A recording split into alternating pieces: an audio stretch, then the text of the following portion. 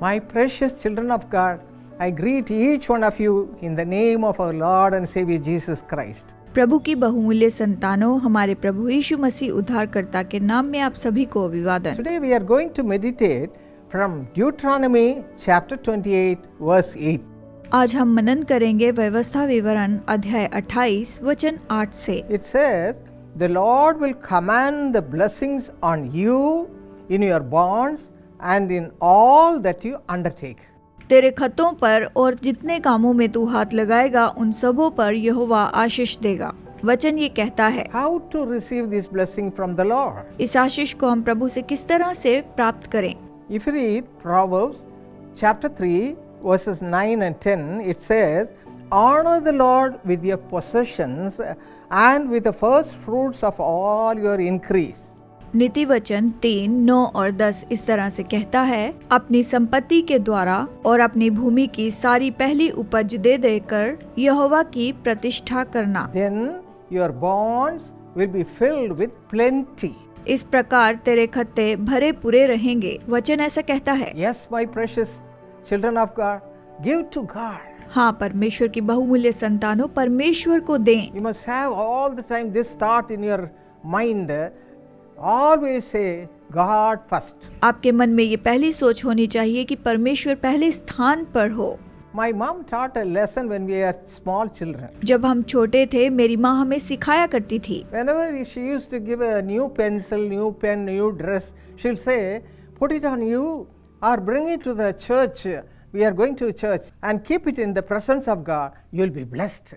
जब भी वो नया ड्रेस या पेन या पेंसिल खरीदती थी, कहती थी इसे पहन लो और परमेश्वर की उपस्थिति में लेकर जाओ तो तुम आशीष पाओगे। Teach your children when they are young like that. जब बच्चे छोटे हों, इस तरह से उन्हें सिखाएं। And when you give the first fruit, first blessing in the hands of God or to the ministry of God, the Lord will bless you abundantly. जब आप पहला फल देते हैं, प्रभु के हाथ में देते हैं या प्रभु की सेवकाई में देते हैं, तो वो आपको बहुत आशीष देता है। Same thing we read in Exodus 23 verse 19 and 34th chapter verse 26. निर्गमन 23-19 में हम यही पढ़ते हैं। 34वां अध्याय और 26 वचन में भी, Whatever you receive from the Lord as the first fruit, just have the practice of giving it to the Lord. प्रभु से आप जो भी पहला फल प्राप्त करते हैं उसे आप प्रभु को देने की आदत बनाएं। The first and the best should be given to the Lord. सबसे पहला और सबसे उत्तम प्रभु को दिया जाना चाहिए। When our son Paul Dinakaran finished his BSc,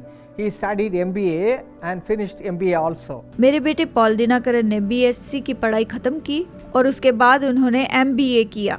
Those days MBA people were very few. उन दिनों में MBA में बहुत कम लोग हुआ करते थे। So there was a great demand for him. इनकी बहुत बड़ी डिमांड थी। Many universities asked him to join their college बहुत सी यूनिवर्सिटीज इन्हें कॉलेज ज्वाइन करने के लिए कहा करती थी, as lecturer.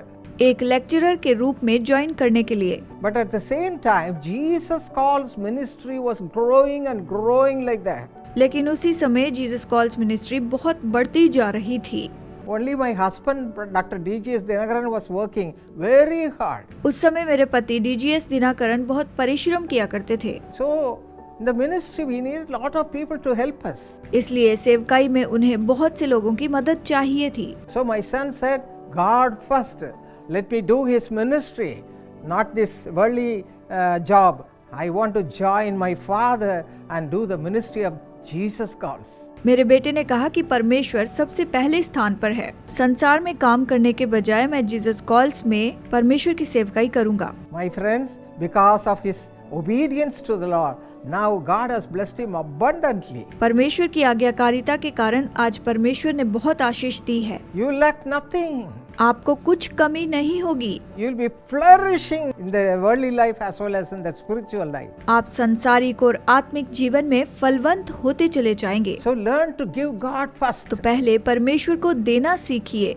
First and the best. सबसे पहला, सबसे उत्तम। Don't hide everything. This is for me. This is for me. Should not keep it for you. ये मेरे लिए है, बस मेरे लिए ही है, ऐसा करके अपने लिए मत रखें। The best should be given to the Lord. उत्तम परमेश्वर को दिया जाना चाहिए। According to this verse, God will bless you abundantly. इस वचन के अनुसार प्रभु आपको बहुत आशीष दे। Now shall we pray आइए अब प्रार्थना करें, and receive God's anointing and His blessing? परमेश्वर का अभिषेक और आशीष प्राप्त करें। Let us pray. आइए प्रार्थना करें। Father, those who have committed themselves to give you the first and the best in their hearts right now, bless them, Father. पिता, जिन लोगों ने तुझे पहला और उत्तम देने के लिए समर्पण किया है, इन लोगों को तू आशीष दे। Give them grace to obey, Father. आज्ञा मानने का अनुग्रह इन्हें दे। Let them decide to give the first fruit to you. ये निर्णय लें कि तुझे पहला फल ये दें।